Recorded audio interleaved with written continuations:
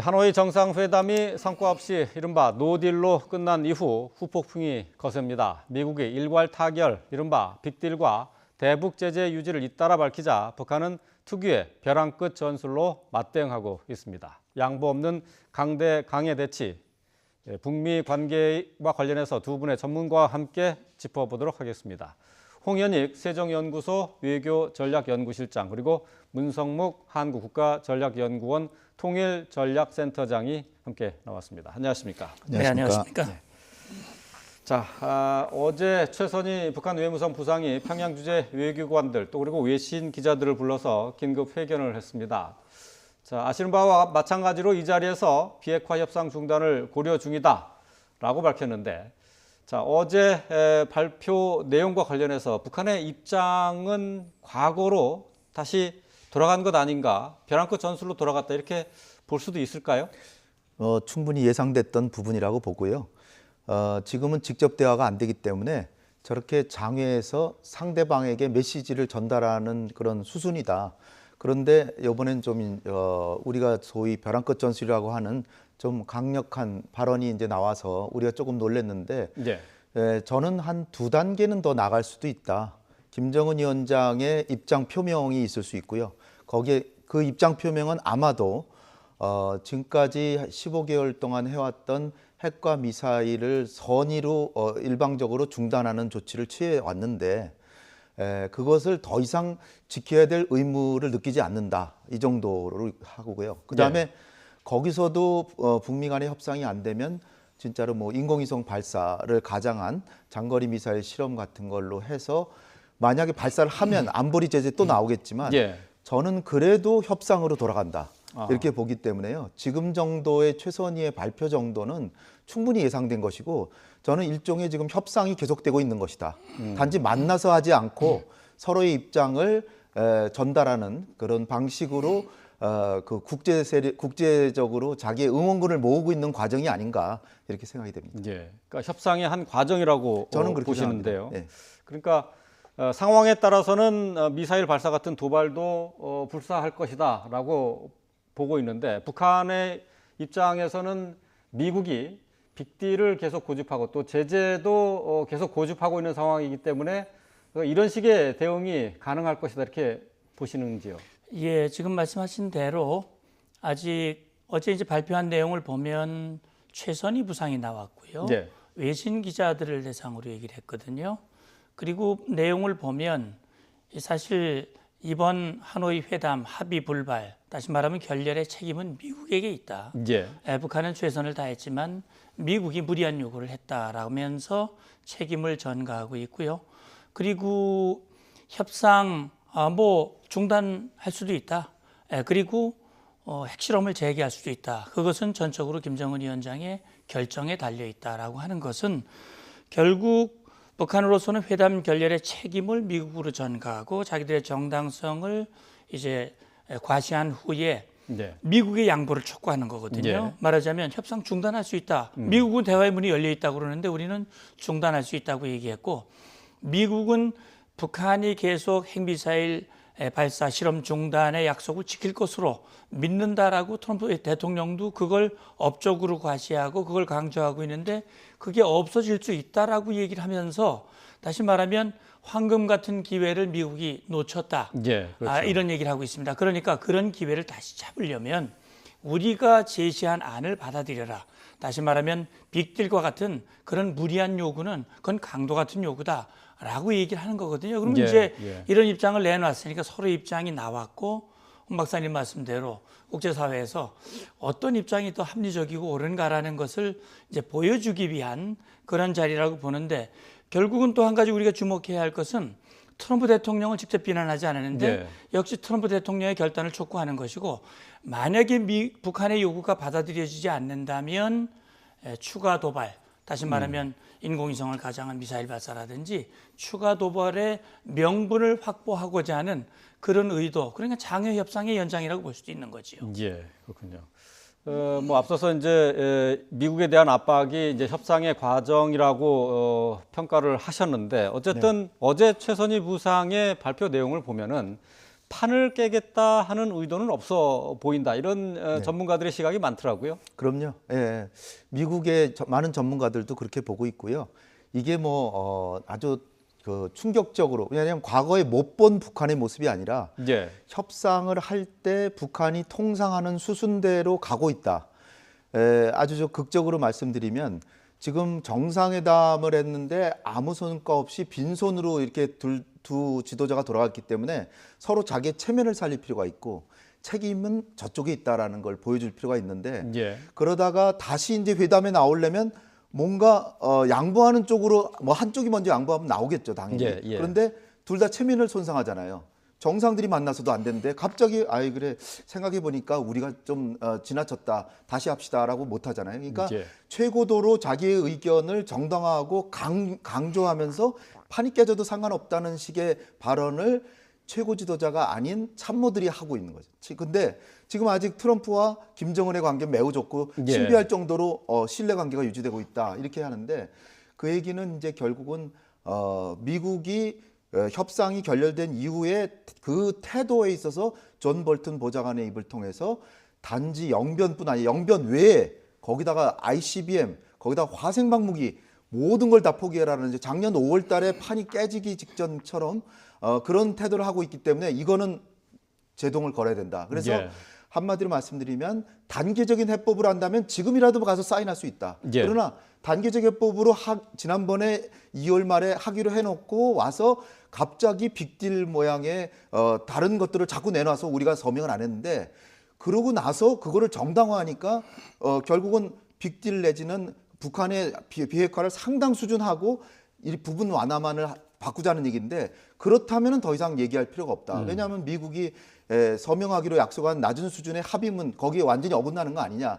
그래서 미국의 태도를 완화하면 다시 협상할 수 있다. 이런 요구일 뿐이지. 예. 저걸 뭐 이제 다시는 협상 안 하겠다도 아니고요. 김정은 위원장이 결정한다 이랬잖아요. 아직 예, 예. 김정은 위원장 결정은 내리지 않았습니다. 그러니까 거꾸로 조금 상황이 약간 미국이 유연하게 바뀌면 김정은 위원장이 오히려 성명을 발표해서 그래 미국도 우리의 뜻을 충분히 알았으니 다시 협상해보자 이렇게 발표할 수도 있는 겁니다. 예. 네. 그러니까 미국의 대응, 미국의 반응을 일단 지켜보겠다는 입장이다 그렇죠. 이렇게 네, 볼 수 있는 거죠. 강력한 요구를 한 거다. 이렇게. 예.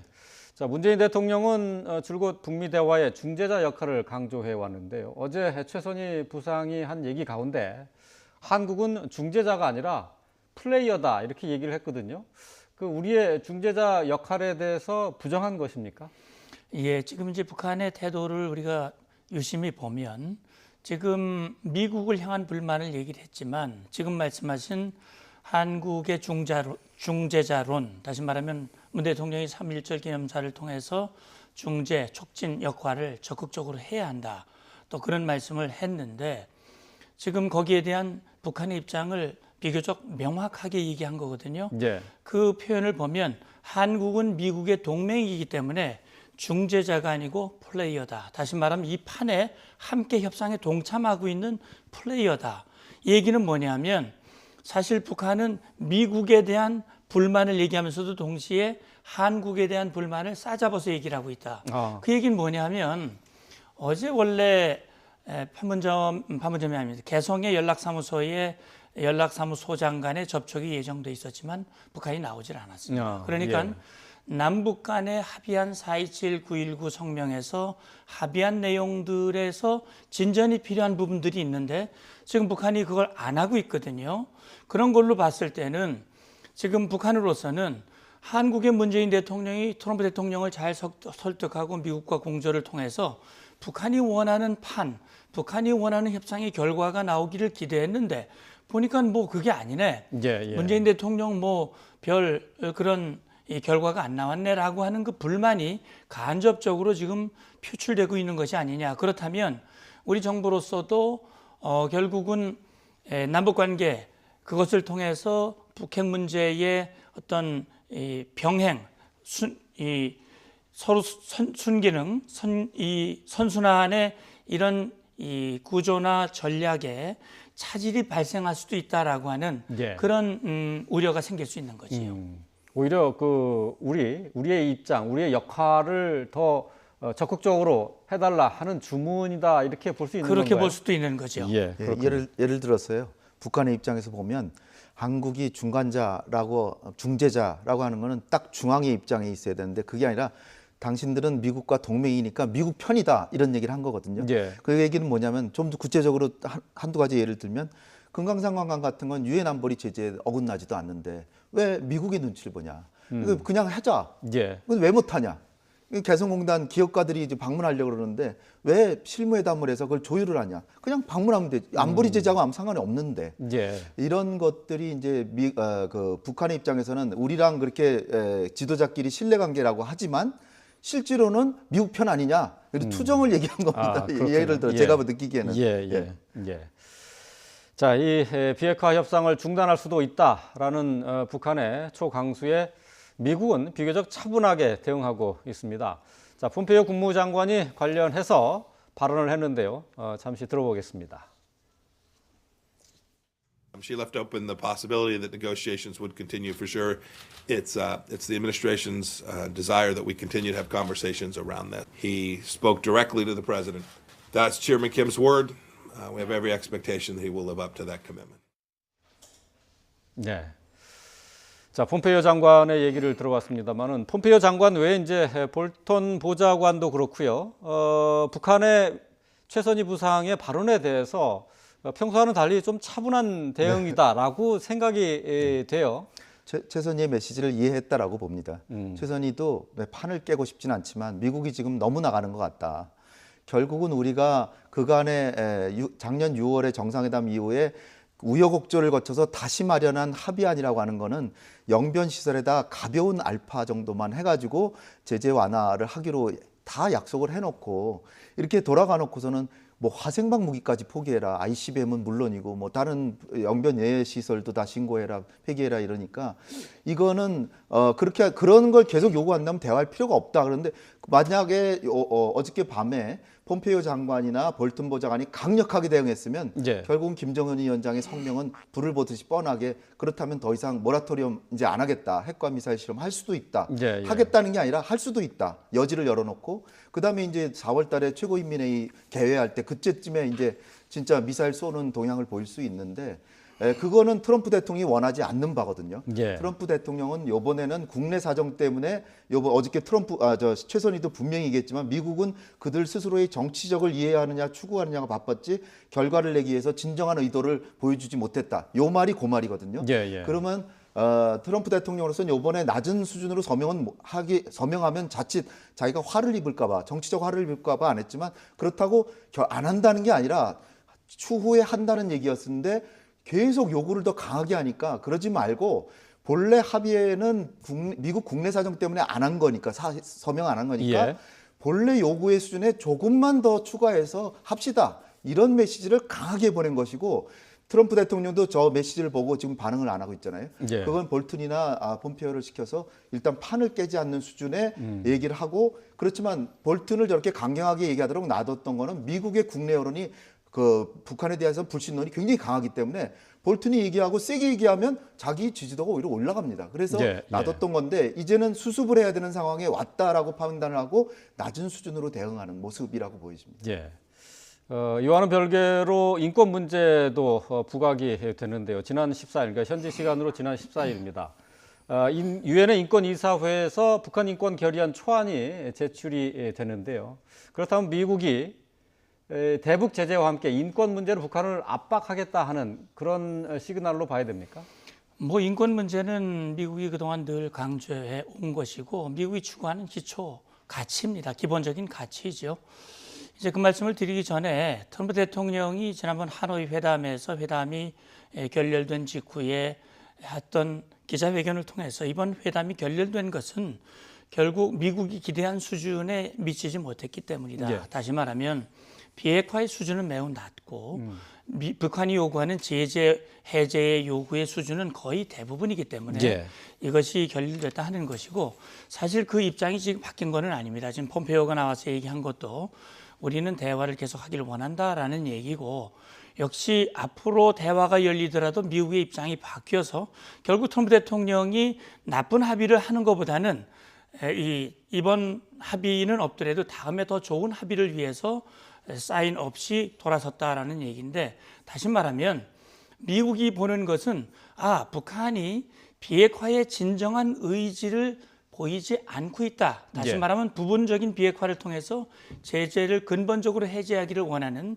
이런 북한의 속내를 확인했기 때문에 이번 회담이 결론된 것이다. 따라서 앞으로 북한이 그것이 어떤 형태의 합의가 될지는 모르겠습니다만 비핵화의 진정성을 입증할 수 있는 그런 합의가 나와야 아마 미국도 호응할 것이다라는 걸 예, 말씀을 예. 드리고 싶고 예. 인권 문제는 전 그렇게 봅니다. 이번 6.12 성명에서 합의한 내용을 보면 북한 비핵화 문제도 들어가 있지만 미북 관계 개선, 한반도 평화 체제 이런 것들이 같이 들어가 있습니다. 다시 말하면 북한이 핵을 포기하더라도 안전을 보장하고 미북 관계를 정상화하는 그런 합의가 같이 들어가 있거든요. 그런데 미북 관계를 정상화하는 데 있어서 가장 걸림돌이 핵 문제고 또 하나의 걸림돌은 인권 문제라고 봅니다. 야. 따라서 유엔 안보리의 제재 결의는 어제 오늘이 아니고 계속 이어져 온 것이고 또 국무부가 별도의 보고서를 통해서 북한이 최고 인권 탄압 국가로 다시 지목을 했거든요. 예. 그러니까 북미 관계 개선, 국제사회에서 유엔의 회원국, 정상국가로서의 위치를 점하기를 원한다면 인권 문제에 대한 개선이 필요하다라고 하는 것을 내외적으로 확인하고 또 북한의 메시지를 주는 그런 측면이 있다고 봅니다. 예. 자, 한국과 미국은 지난 14일 미국 워싱턴에서 워킹그룹 회의를 했는데요. 개성공단과 관련한 개성공단 재개와 관련한 논의도 있었던 것으로 이렇게 알려져 있습니다. 그런데 이번 협의를 통해서 기업가들의 방북은 일단 좀 힘들어진 상황이 된 것 같아요.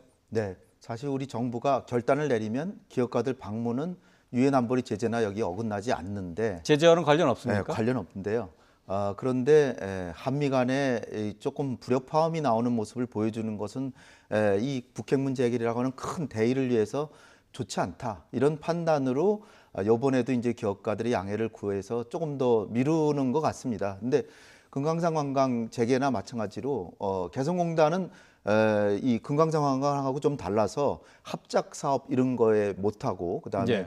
물품을 생산해도 섬유 제품 수출 이런 걸 못하게 해놨기 때문에 상당히 또 훨씬 더 제약이 많아요. 예. 그래서 어쨌든 한미 간의 공조 체제를 간다라는 차원에서 이번에도 기업인 방문은 좀 어려울 것 같이 이제 생각이 됩니다. 예. 근데 이제 이번에 진전이 있는 건 이산가족의 화상상봉 그 장비들을 예. 보내는데 유엔에서 제재 면제는 벌써 받았고 미국에도 대북 제재가 있는데 거기에 어긋나나를 이번에 논의해서 그거는 이제 완전히 해결돼서 4월 달에 화상상봉이 재개되고 그다음에 개성의 만월대 뭐 유해 발굴 작업 이런 것도 지금 미국은 이제 그 면제 조치를 합의했고 유엔 안보리에서만 요구의 면제 조치만 있으면 개성에서의 그 유해 발굴 만월대 예, 유적 예. 발굴 사업도 할 수 있게 됐다. 그런 일부 진전 또 일부는 또 한미 간의 공동된 모습을 가져가는 그런 모습을 우리가 보고 있습니다. 그러니까 이번 워킹그룹 회의에서는 이 개성공단 문제하고 네. 화상상봉 문제 이게 논의가 됐었는데 개성공단은 일단 조금 시간이 좀 지연이 되겠군요. 일단은 이번에 하는 거는 좋은 것 같지 않다. 다시 이제 네. 북미 간의 협상이라도 재개되면 그때쯤에는 이제 좀 정치적으로 판단해서 그래 뭐 어쨌든 개성공단 재개하는 게 아니라 기업인들이 자기의 재산을 상태를 파악하고 그 공장이 자기 공장, 자기 기계, 자기 재고가 있잖아요. 예, 그거는 재산권 행사 차원에서도 미국도 사실 안 보내줄 이유는 없는데 그러나 이제 그것이 잘못된 신호를 줄까봐 우리가 좀 자제하는 것이 아닌가 이렇게 생각합니다. 예. 어쨌든 이제 뭐 예상 하신 것처럼 홍 박사가 예상하신 것처럼 4월쯤에는 이산가족의 화상상봉도 이제 가능해질 것으로 이제 보이는데요. 뭐 앞서서 얘기를 했습니다마는 최선희 부상도 예고를 했지만은 김정은 위원장이 어쨌든 미국에 대해서 뭔가 구체적인 행동을 보여줄 것으로 보이는데 그 입장을 발표하지 않겠습니까? 언제쯤이 되고 또 어떤 내용이 될까요? 네, 결국 미국의 이제 반응을 보겠죠. 일단 반응은 나왔죠. 폼페이오 장관이 계속 협상하기를 원한다라고 얘기를 했기 때문에 결국 이 협상의 판은 어느 쪽이 먼저 깨느냐에 따라서 이제 그 책임을 또 면할 수 없는 그런 부분이 있기 때문에 아마 북한도 그걸 조금 신중하게 접근을 하고 있는 것 같습니다. 이제 네. 북한 내부 일정을 보면 이제 4월 달에 소위 북한이 말하는 그 태양절이라는 게 있고요. 예. 최근에 최고인민회의 대의원 선거가 있었습니다. 그렇다면 이제 첫 번째 그 회의가 열리게 될 텐데 어쨌든 그런 것을 계기로 해서 북한이 자기들의 입장을 분명히 얘기를 할 겁니다. 지금 북한이 대내적으로는 협상 실패 문제를 뭐 간단히 노동신문에서 발표를 하긴 했습니다만 구체적으로 미국에 대한 불만이라든지 이런 것들을 주민들을 향해서 얘기를 하지는 않았는데 만약에 어떤 형태로든 입장이 발표가 된다면 주민들도 정확히 알게 되거든요. 예, 예. 그렇다면 이것을 대략 최고인민회의라든지 이런 공식적인 계기를 통해서 입장이 발표될 가능성이 있습니다. 다시 말하면 미국이 입장 변화 없이 북한의 요구를 수용하지 않는 그런 입장을 강경하게 계속 가져간다면 아마 북한으로서도 다음 수순에 다시 말하면 입장을 발표하는 예. 그런 단계로 가게 될 텐데 그것이 아마 대략 4월쯤은 이루어지지 않을까. 이건 결국 화상상봉도 물리적으로는 제재 해제라고 하는 결정이 내려졌지만 북한이 과연 여기에 얼마나 호응하겠느냐. 예. 그 자체가 이제 실현 여부와도 연관돼 있다고 봅니다. 예.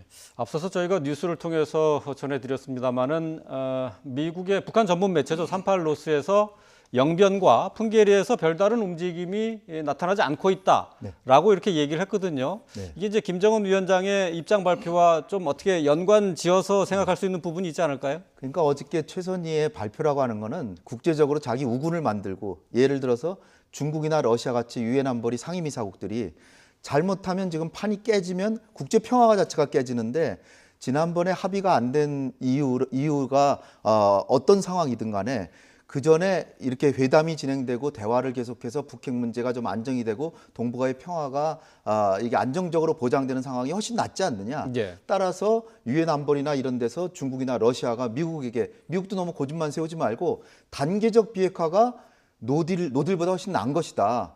노딜을 하면 자칫 깨져서 한반도와 동북아 평화 자체가 완전히 파괴가 되는데 그거보다는 단계적으로 희망을 가지고 궁극적인 비핵화를 향해 점진적으로 갈 것이냐 아니면은 한 번에 다 이룬다는 그런 협상 방침을 세워서 아예 파국을 위험을 무릅쓸 것이냐 이 부분에서 미국은 현명한 판단을 해서 점진적이고 단계적인 비핵화를 통해서 궁극적인 비핵화로 가는 게 좋지 않느냐는 그런 목소리를 내기를 기대해서 최선희가 저렇게 얘기를 한 거라고 보고요.